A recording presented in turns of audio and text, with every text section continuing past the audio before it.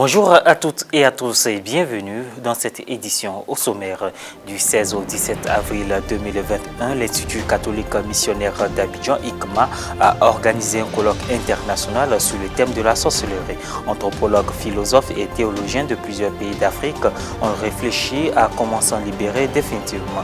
Et puis le pape François a invité lors de l'audience générale de ce mercredi matin 21 avril 2021 à ne pas mépriser la prière récitée à mi-voix. La prière des lèvres.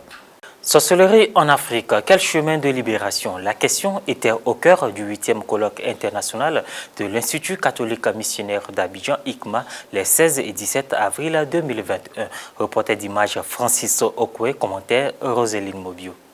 11 prêtres et laïcs africains ont abordé durant 2 jours un autre sous-thème, la gestion de la sorcellerie par les sociétés traditionnelles africaines. Comment vaincre la peur de la sorcellerie en Afrique, l'histoire des prières de délivrance et d'exorcisme dans l'Église et les normes catholiques concernant la prière de délivrance et d'exorcisme. C'était le vendredi 16 au samedi 17 avril 2021 lors du 8e colloque international de l'Institut catholique missionnaire d'Abidjan, ICMA. Le problème de la sorcellerie en Afrique en particulier est si complexe qu'une seule assise théologique ne saurait l'épuiser définitivement. L'ICMA, fidèle à son orientation pour l'inculturation de la foi chrétienne catholique en Afrique, en vue de former des acteurs d'un monde nouveau, veut aller au-delà des connaissances théoriques et spéculatives pour offrir des opportunités d'application des connaissances acquises. Voilà pourquoi ce nouveau colloque portant sur le thème sorcellerie en Afrique, quel chemin de libération, veut se pencher surtout sur la dimension de la libération de la sorcellerie. Pour les responsables de l'ICMA, il est important d'étudier sérieusement ces questions dans un cadre académique et interdisciplinaire ouvert à un large public, spécialement dans le contexte africain miné souvent par des confusions de toutes sortes. L'homme n'est pas tout connaissant et tout puissant. Il est marqué par la finitude dont on pourrait dire, en ce qui concerne notre thème, dont les services de la sorcellerie en sont des preuves probantes. L'événement appropriant témoigne de cet avenir d'être et d'état qui me fait advenir comme Dasein, c'est-à-dire l'instant où je suis pleinement moi-même, en paix, libre de tout esprit maléfique, où je suis ouvré de monde à partir de ma présence comme liberté. Exister, ou devrais-je dire exister, cela veut dire être exposé. Mais à quoi? À un pouvoir de configurer un monde dans lequel l'homme trouve sa tenue, empreinte de libération, de paix. La libération nous concerne, nous intéresse, et en cela nous appelle à nous comporter, à nous tenir auprès d'elle d'une façon authentique, en rapport à elle. Il y a 2 ans, cet institut de formation des religieux avait organisé un premier colloque international sur le thème « La foi chrétienne face à la sorcellerie, quelle perspective théologique et pastorale pour l'Église et les sociétés africaines ?» Prêtres, sociologues, philosophes, théologiens, canonistes, exorcistes, ceux qui y croient ou pas, et un ancien sorcier présumé avaient été sollicités pour faire le tour de cette problématique à travers 3 dimensions: philosophico, sociologique, théologique et pastorale et sociale. Le développement de l'exorcisme est pratiquement identique en Orient.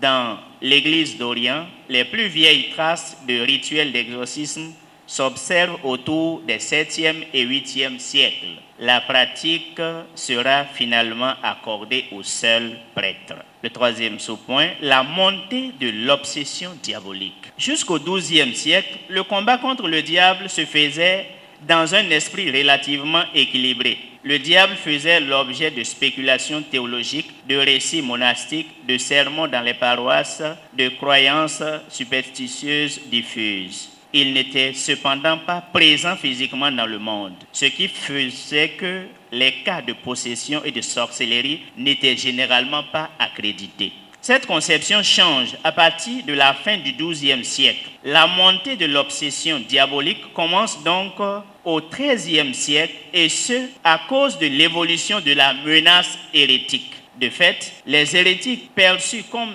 des agents de Satan et capables d'abomination sont désormais diabolisés. Aujourd'hui, en Côte d'Ivoire, comme dans plusieurs pays de l'Afrique, La sorcellerie a une forte audience et est, à tort ou à raison, montrée du doigt comme la cause majeure de problèmes de santé, de célibat, de pauvreté, des difficultés de procréation, des décès, des infortunes et des dislocations familiales, etc. Les présumés sorciers responsables de ces malheurs sont quant à eux de tous les âges, enfants, jeunes, adultes et personnes du troisième âge. Aux yeux des organisateurs de cette rencontre, le débat ne se pose plus quant à l'existence ou non de la sorcellerie. Le but de ce colloque est de trouver une solution idoine au problème de la sorcellerie qui constitue un problème existentiel. Poursuivant son enseignement sur la prière, le mercredi 21 avril 2021, le pape François a commenté l'importance de la prière vocale qui se distingue de la prière silencieuse. La première prière humaine est toujours une récitation vocale, a fait remarquer le souverain pontife. La première prière humaine est toujours une récitation vocale. Ce sont toujours les lèvres qui bougent les premières. Même si nous savons tous que prier ne signifie pas répéter des mots, toutefois la prière vocale est la plus sûre et il est toujours possible de l'exercer. La prière du cœur est mystérieuse et quelquefois elle disparaît. La prière des lèvres, celle que l'on murmure ou que l'on récite en chœur, est en revanche toujours disponible et nécessaire comme le travail manuel. La prière vocale est une donnée indispensable de la vie chrétienne. Aux disciples attirés par la prière silencieuse de leur maître, celui-ci enseigne une prière vocale, le Notre Père. Aux États-Unis, l'ancien policier Derek Chauvin a été reconnu coupable du meurtre de George Floyd lors de son arrestation le 25 mai 2020. La conférence épiscopale américaine a aussitôt réagi à l'énoncé du verdict. Roxane Enou. Derek Chauvin a été reconnu coupable d'homicide involontaire au 2e degré et de meurtre au 3e degré par un jury populaire. L'homme de 45 ans a été menotté et écroué dans la foulée. Sa peine sera décidée dans les semaines à venir par le juge qui a présidé au procès. Dans une note publiée presque aussitôt et signée par Monseigneur Fabre et Monseigneur Quackley, la conférence épiscopale des États-Unis affirme que la mort de George Floyd a mis en lumière et amplifié le besoin profond de voir le caractère sacré de toutes les personnes, en particulier celles qui ont été historiquement opprimées. Quelle que soit l'étape de cette vie humaine, insistent les évêques, non seulement elle compte, mais elle est aussi sacrée. D'où le rappel par l'USSCB du besoin urgent de réconciliation raciale dans le pays, car les injustices sociales existent toujours et la nation reste profondément divisée sur la manière de guérir ces iniquités. Monseigneur Fabre et Monseigneur Quackley citent également les paroles de leurs confrères, l'archevêque de Saint-Paul et Minneapolis, Monseigneur Bernard Hebda, selon lequel l'Église catholique s'engage à changer les cœurs et les esprits des gens afin que les questions raciales soient abordées en allant au-delà des accusations et des récriminations pour trouver des solutions pratiques et non violentes aux problèmes quotidiens rencontrés dans les communautés. Le communiqué se conclut par une prière afin que Dieu purifie les États-Unis du racisme qui se manifeste aussi de manière cachée et ne fait pas la une des journaux.